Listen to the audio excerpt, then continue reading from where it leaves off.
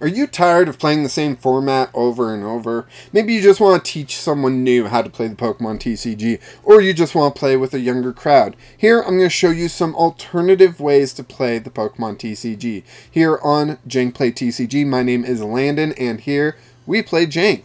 So, while I was on the Pokemon website, I found this handbook for alternative play in the Pokemon TCG, and it has a lot of fun different ways that you can play.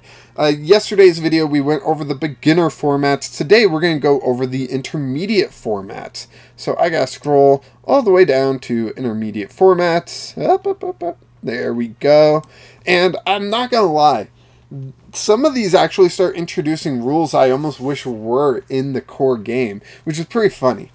So, first intermediate format here, we have Pack Battle. And I do hear that this is actually a format ran at some of the bigger tournaments as a side event. You just buy a pack, you get some energy cards, and boom, you guys have a pack battle. It's just one pack, whatever cards you get. And that's it. A pack battle are a fun way to play the Pokemon TCG with just a single booster pack per player, as well as some basic energy cards. And I'm sure there's some people out there that are getting packs for gifts and whatnot during this time of year, where a pack battle could be a fun way to open packs and have fun with the cards. This is a casual format for 2 players that takes 5 to 15 minutes. So, the requirements. This is, I think, the first time we ran into requirements. You need 1 Pokemon TCG booster pack per player and an assortment of basic energy cards. You set up, each player opens 1 booster pack and reveals the cards inside. Then each player chooses 10 in any combination of basic energy cards and adds to the booster pack to form a small deck. The gameplay, players proceed to play the game of the Pokemon TCG with these additional rules. Each player only puts out 2 prize cards at the beginning of the game, rather than the standard 6, and players don't lose if they are unable to draw a card from at the beginning of their turn. Instead, play proceeds as normal, so there's no deck out rules in this. In addition, and this is such an awesome addition to these formats, that I almost wish this was like an actual in TCG rule. I loved Ditto Prism Star when we had that, back in the Sun and Moon era. So seeing a Ditto rule here, I got really excited. So in addition, the Ditto Evolution rule from Ditto Draft, see page 28, which is way further below, but they explain it here, will be used in this format. All standard gameplay rules apply with the following additional Ditto Draft rule. Once during your turn, before you attack, you may place a Ditto marker on one of your basic Pokemon that doesn't have a rule box. It gains the following ability.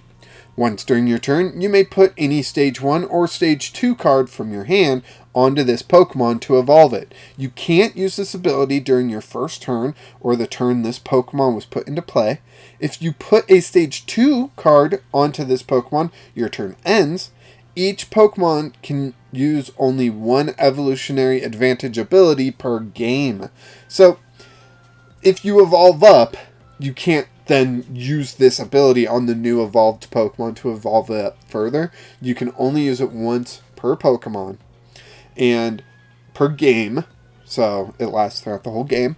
But you can do it for each one on different turns, basically. Is my understanding. And if you evolve into a Stage 2, so you can go from a basic to a Stage 2 without the need of rare candy, but it will end your turn.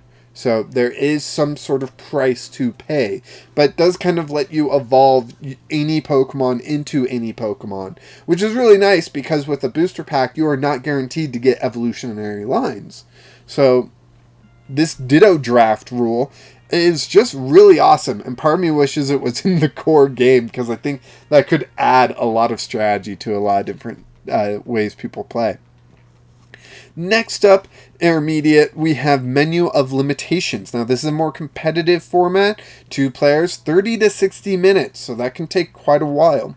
Menu of Limitations lets you decide the rules. Instead of following an exact set of specifications, players are free to set 1 or more deck construction limitations for themselves. So this one, I read through it, and it's mostly playing the TCG as normal, except you can customize the rules a little bit. It might be fun to roll a die to select rules and whatnot, but it will take more time due to the deck creation process. So deck construction limitation options. Each player's deck may contain only one of each card other than basic energy, so like a singleton format. Each player's deck must contain exactly 4 copies of each card other than basic energy. Forcing your playset to be 4 of is very interesting. Each player's deck must contain only Pokemon with 100 HP or more. Each player's deck must contain only Pokemon with 90 HP or less. Each player's deck must contain only Pokemon of the same type. Each player's deck must contain only Pokemon without a rule box. So, a lot of different deck construction limitations that would take more time to build a deck with those limitations. So, that's probably why they said 30 to 60 minutes. I could see it taking much longer, but, it would definitely be interesting to roll a dice for some of these limitations and then telling your friend, hey, next week we're going to play with these limitations. I'll see you there, sort of thing. Some play limitation options. Each player may play any number of supporter cards per turn. Going back to the old school, just trainer, no supporter rule. It's just all the trainers are basically items, so just play as many as you want. That would be nuts nowadays. I would love to see that play out so much. Each player may play only one item card per turn, so kind of turning supporter into 1 per turn and item to 1 per turn. That would slow things down a lot. Each player may have any number of stadiums in play at once. Yes! Unlimited stadiums! Oh man, that would be fantastic for some decks. Just an idea of having Turf Field Stadium and Forest of Giant Plants so you can search out your Grass Evolution and evolve it immediately is just ridiculous. Yes, please. Each player may choose their starting Pokemon at the beginning of the game. I've thought that this would be a fun way to start Pokemon in general. Of just, you can guarantee that starting Pokemon. I'm not saying that they should change standard format, but I do think there's room for a alternative fun format.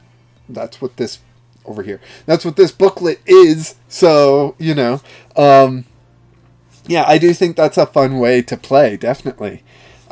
Each player's Pokemon may evolve the turn it was put into play. So there was a stadium card, Broken Time Space, I believe, that lets you do that in the actual game. So having it as an optional rule here, I think is really interesting.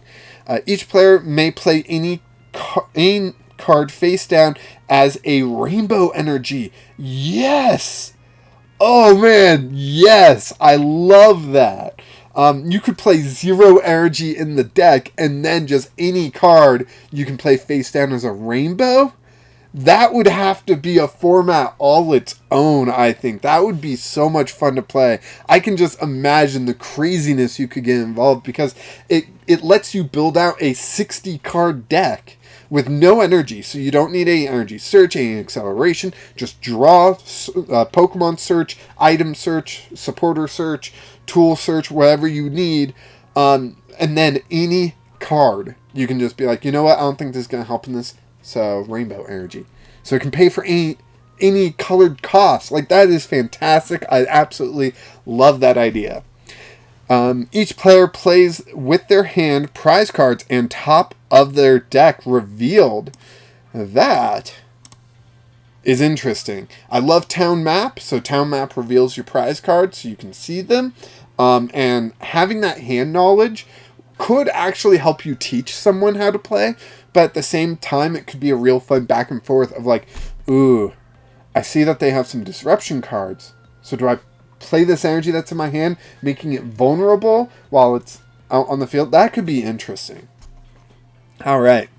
Next up, for any Xbox players, or really PC and PlayStation players as well, achievements. Achievements are are unique in that they don't necessarily change the rules for deck building or play. Instead, achievements are an alternative way of winning the game. Achievements can bring a new dimension to your Pokemon TCG battles and a fun way to try out new strategies and tactics. For the most part, you just play the Pokemon TCG, but you have this list of achievements that you can try to earn while playing. And if you earn that achievement, you get points, and first to, I believe, 100 points wins. So just because someone takes 6 prizes doesn't mean that they win. Although that is a achievement, they'll get some points. They won't win immediately right there. You will continue playing, which I think is interesting, and first one to 100 wins. Just for some examples, so take all your prize cards, 15 achievement points. Whenever you play a Pokemon card, read its Pokedex entry aloud and you get 3 achievement points. If you draw more than 10 cards in a turn, 5 achievement points. Drawing more than 10 cards in a turn is difficult. If you take 6 prizes in one turn, 20 achievement points. Not gonna lie, I have a deck list coming out that might be able to actually do that one. It's a very difficult thing to do, but I've gotten close. Have 6 or more Pokemon tool cards in play. That would be at least 1 on each Pokemon. You might have a Pokemon like, Honchkrow V that has an ability that you can put 4 on there, so that might be an easier way to cheat that one out. But that's 2 achievement points. Have 6 different types of Pokemon in play, 2 achievement points. Heal the most damage in a game. That one you would have to keep track of throughout the game, and that 1 point might be going back and forth. Do the most damage in a game. Again, I keep track of that one, but it just being 1 point seems really low. Have a full bench of evolution Pokemon, 1 achievement point. Have a full bench of basic Pokemon, 1 achievement point. Have 5 or more cards in the Lost Zone, 1 achievement point. Okay, that's just super easy to do nowadays. With Flower Selecting Comfy, that is super easy. People can do that turn 1. Give your opponent's active Pokemon more than 1 special condition, 1 achievement point. Okay. Achievements just sounds like a fun way to mix it up. You could always just play a normal game with your friend and just be tallying achievement points on the side. And just for kicks, yeah, sure, you won, you took your 6 prizes, but I got the most achievements. And that could just be a fun way. You could obviously make up your own achievements, your own point values. You could have a achievement, which I'm shocked it's on here, is to have 2 different stage 2s out on the field. I think that would be a fantastic achievement worth 5 points. However you want to play. But that is it for the intermediate formats here. Check back tomorrow. We're going to be going through the advanced formats, and these ones are big. This is going to be a long video, but I hope you guys have enjoyed what I'm doing here, going through these new formats. Maybe something sounds fun and you're like, hey, I want to try that out. Let's get the game together. We're going to play this way and have a blast, just different ways to interact with the Pokemon TCG that might be good for introducing new players or just bringing some of that joy back to the TCG that you might be missing from being stuck in a Silver Tempest format for so long. We're going to be in this format for another 4 months. So, or 3.5, 4.5. I don't know.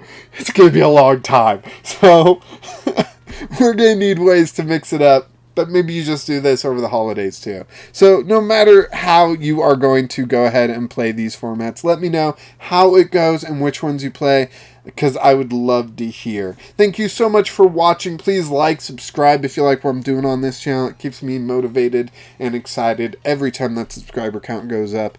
And until next time, keep playing Jank.